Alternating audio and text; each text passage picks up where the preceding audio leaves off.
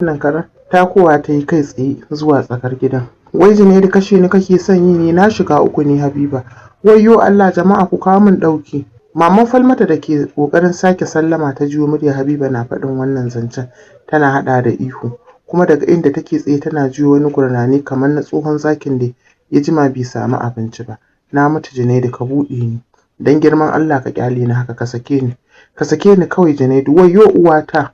Murya Habiba ta cika gidan gaba ɗaya da wani mugun ihu da ya sa maman Falmata toshe kunnenta. Ta yi waje don neman wa Habiba ɗauki a tunaninta wani mugun abu ne ya same ta. Habiba kwance take a saman gadon uwar ɗaki tana fitar da numfashi sama-sama. Ta haɗa zufa zanin gadon da take kai kuwa ya haɗe da zufar da ta yi da kuma jinin da ke biyowa tsakankanin cinyoyinta. Juya kai kawai take gefe da gefe. Tsabar ihun da ta sha ya sa muryar ta dishashewa, idanunta sai limshewa suke suna buɗiya da kansu. Duk a cikin wannan halin da take haka bai hana Junaidu da ke sussukar ta dakata ba, don shi ji yake ma kamar yanzu ne ya soma haƙarta. Don Allah Junaidu ka kyale ni. Mutukar ba ƙawata kake son ci gaba da mu'amala da ita ba. Habiba da ta samu ta fisgo magana da ƙyar ta faɗi tana kuka. Dukan ƙirjin Junaidu take da gargasa irin ta cikakken namiji. Shi kuwa Junaidu bai ma san tana yi ba. Dukan da take mishi kuwa kamar sake kunna shi take. Haka yasa ya riƙe hannuwanta biyu da hannun shi ɗaya. Ya ɗaga ƙafarta ɗaya sama ya fara shigarta da zafi. Wannan abin da ya mata yasa ta yi mugun ihu da maman Falmata ta ji har ta yi waje don neman mata ɗauki. Maman Falmata tana fitowa daga gidan ta faɗa gidan Hajara makwabciyar Habiba. Tana shiga gidan ta iske Hajara na jan ruwa a rijiya. Lafiya ko maman Falmata, na ganki duk a birkice? Cewar Hajara tana saka gugan don janyo ruwa da ita. Maman Falmata na haki ta shiga korowa Hajara abin da ta ji a gidan Habiba mai gawayi. Sai da ta gama faɗa mata komai Hajara ta ja wani tsaki tana nufa cikin gida ɗauke da ruwan da ta janyo a rijiya. Ya na kin yi tsaki kuma? Ke da zaki fito mu je mu kai mata ɗauki tun kafin a samu a illata ta? Hajara bata kula ta ba sai da ta kai bokitin inda take tara ruwa ta ajiye ta juyo tana kallon maman Falmata ta ce, wai ke maman Falmata baki san wani irin miji Habiba take aure ba? Maman Falmata ta hau girgiza kai alamun bata sani ba. Wallahi ban sani ba Hajara. Kin san ba shiga makwabta nake ba. Gada ma Hajara kai dai ta ciyo. To shigo ciki ki samu waje ki zauna na sanar da ke. Ba musu maman Falmata ta shiga ciki. Hajara ta tura mata wani ɗan ƙaramin turmi. Ta ja ta zauna.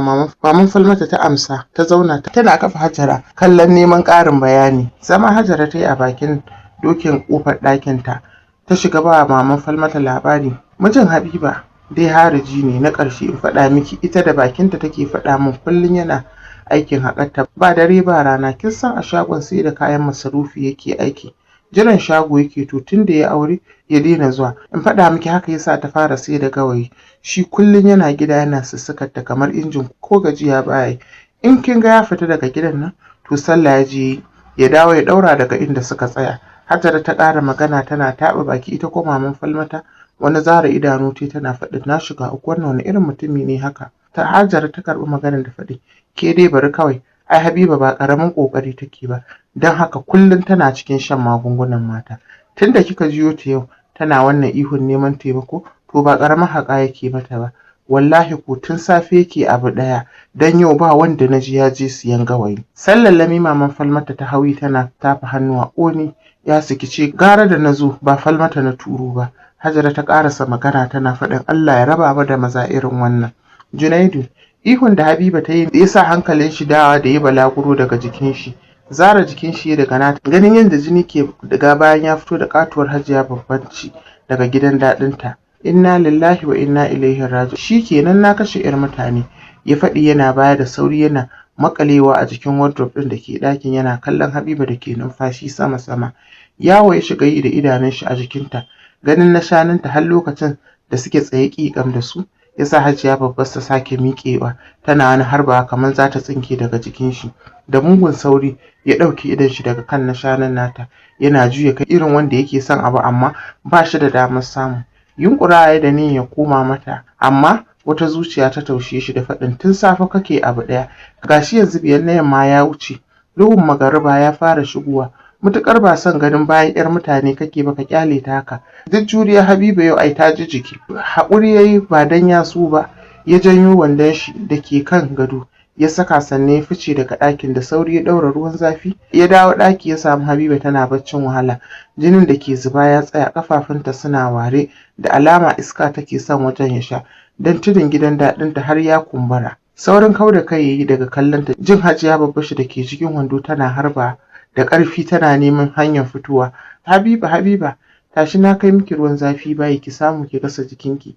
Ga kiran sallah nan ana yi, ki yo alwala ki sallah, ni zan wuce masallaci. Daga can zan biya shago. Ciwar Junaidu kenan da yake son kama matar tashi ta tashi don ta samu damar shiga bayi, amma yana tsoron taɓa jikinta gudun kar ya sake afka mata a wannan yanayin da take ciki. Wata harara Habiba ta banka mishi har ta samu ta miƙe zaune tana ciza laɓanta. Gaskiya Junaidu na gaji, na yi iya ƙoƙari na kasa jurewa, don Allah ka sauwaƙe min na koma gaban iyayena ko ka ƙara aure. In ba na yadda zan ƙara aure Habiba, amma ba zan iya rabuwa da ke ba, ke ma kin sani, amma idan ka kashe ni ai dole ka ƙyale gawata a kai ta makwanci ko? Ta watsa mishi tambaya tana kai ƙafafunta ƙasan ɗaki. Haba Habiba, wannan wani irin zance ne kuma? Ya za a yi na kashe ki da hankalina? Wani irin kisa ma ana zaune ƙalau? A ina ake zaune ƙalau ɗin da kake tambaya ta da me za ka kashe ni? Ai ka fi kowa sanin abin da kake neman rayuwata da shi. Nuna ƙasan wandon shi inda lafceciya Hajiya Babbashi take. Ta ci gaba da magana, tun da nake ban taɓa ganin mai irin wannan katuwar Hajiya Babbar ta abu kusan inci 12, kaurinta ya kusan hannuna biyu. Ta ƙarasa magana tana haɗa hannuwanta biyu waje guda. Kallon hannunta Junaidu ya sannan ya kai hannun shi ya shafa wandon shi inda take a miƙe. Faɗa tunani tun da ya yi wayo a iya sanin shi dai bai san ran da ta kwanta ba kamar ta sauran maza. Tashi kullum a miƙe take. Gashi tun da ka aure ni yau wata na 3 kenan ban samu hutu daga jarabar ka ba. Kai hariji ne ko ma fiye da shi, dan a iya sani na harijai da neman abinci idan karfin su ya ƙare, amma kai baka da aiki sai ta harka, shine abincinka shine abin shanka. Wannan wace irin masifa ce haka? Wallahi tun farko da na san haka kake babu dalilin da zai sa na aure ka. Ta ƙarasa magana kuka na kubce mata. Shiru Junaidu yana kallon ta, tabbas ya san shi din lafiyayyen namiji ne da kowace mace za ta ji daɗin aurensa, la'akari da yadda mazan yanzu mafi akasarin su san ya musu yawa a jiki, kuma ba zai yi ƙarya ba. A yanzu haka da take magana jikinta na motsa, shi kaɗai ya san abin da yake ji, dan nan zuciyarsa kawai yake. Alwala kam ya san dole ya sake wata. Gaskiya Habiba haƙuri zaki, idan an idar da sallah ci gaba zamu. Ki a gida ma zan yi ta sallah, ba na jin zan iya fita masallaci dan ba lallai na iya dawo da kaina gida ba. Tsit Habiba ta yi tana kallon Junaidu, kallon tsoro da tashin hankali. Shi kuma a tunanin shi a zuciya yake magana, bai san ta fito fili ba. Hajiya ki yi wa iyayenki ki kyale ni haka, wallahi ruwan jikina ya ƙare.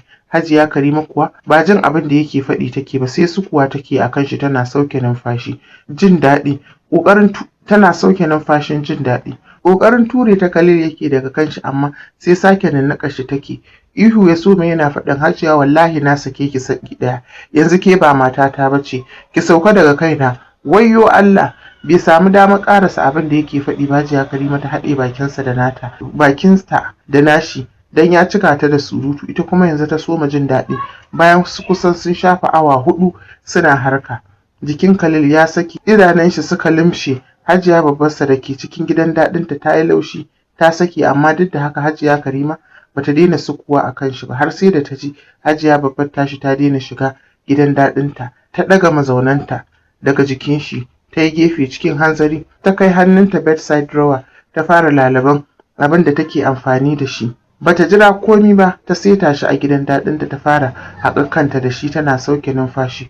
Ko ta kan Khalil bata bi ba, har sai da ta ɗauki kusan awa 1 da minti 42 tana abu ɗaya, sannan ta samu sauƙin abin da take ji. Bayan ta samu natsuwa ta sauke numfashi take a hankali har natsuwarta ta dawo jikinta.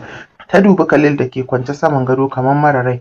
Hajiya Karima mace ce mai shekaru 32 a duniya, mijinta attajiri ne, ya mutu ya barta da dukiya mai tarin yawa, bata taɓa haihuwa ba. Idan ka ganta dole ka ji ta burge ka, dan mace ce da ta amsa sunan mace mai ji da class da kuma kuɗi.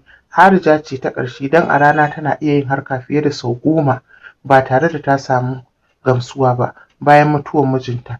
Allah ne ya kare ta bata faɗa harkar zinace-zinace ba, ganin yadda Allah ya sa ta fara auren yara masu ƙananan shekaru wanda basu kai ta ba. Tunaninta irin su ne kawai za su iya ɗaukar baƙar sha'awarta, tunda su yanzu suke tasa, su kuma mazan suna aurenta ne saboda kuɗinta da kuma kyawunta da dirin da Allah ya mata, sai bayan aure suke gane irin matar da suka aura. Wasu ko sati ba su yi suke rabuwa da ita, ko kuma ita idan ta ga ba za ka iya abin da take so ba sai ta rabu da kai.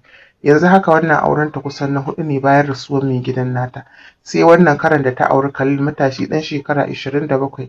Da farko kamar ta samu abin da take so, da tafiya ta gaba ta fuskanci shi ma kamar sauran yake, amma shi bata taɓa jin za ta sake shi ba saboda Hajiya babbarsa akwai girma ga tsayi ga ta kuma da daɗi.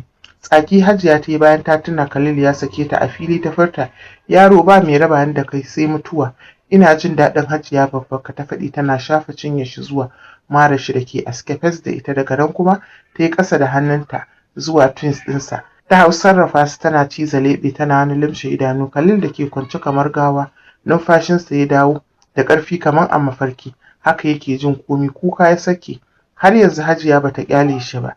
Jin sheshekan kukansa ga kuma Hajiya babbar shi ta soma miƙewa ya sa Hajiya tasowa tana ƙoƙarin danne shi. Khalil na ganin abin da take shirin yi ya kurma wani uban ihu yana faɗin, na ƙarasa sakin da ke tsakaninmu, wallahi na ƙarasa sakin biyu, wallahi na ƙarasa. Cak Hajiya ta tsaya tana kallon shi da idanunta da suka sauya launi, shi kuma ganin ta tsaya sa ya janye jikin shi yana haɗa kai da gwiwa a ƙarshen gado yana ci gaba da hawaye. Ka sake ni kace? Hajiya Karima ta magana tana nuna kanta da yatsa. Khalil ko kallon ta bi ba, sai kukan da yake kamar wata mace. Wallahi baka isa ba, baka isa ka ci min kuɗi kuma ka sake ni ba, don sai na fanshi kuɗi na. Hajiya ta magana tana janyo kafar shi zuwa inda take. Hajiya ba aure tsakanina da ke ba matata bace, zaki yi min fyaɗe, wayyo Allah. Khalil ya faɗi. Hajiya kuwa bata damu da abin da yake faɗi ba. Ware kafafu da suke matsa guri guda ta riko Hajiya babbar shi ta kai baki ta soma sarrafa ta. Wani irin sarrafa take mata da ya sa Khalil ɗauke numfashin shi na wasu sakanni kafin ya sauke da ƙarfi tare da wani irin kuka.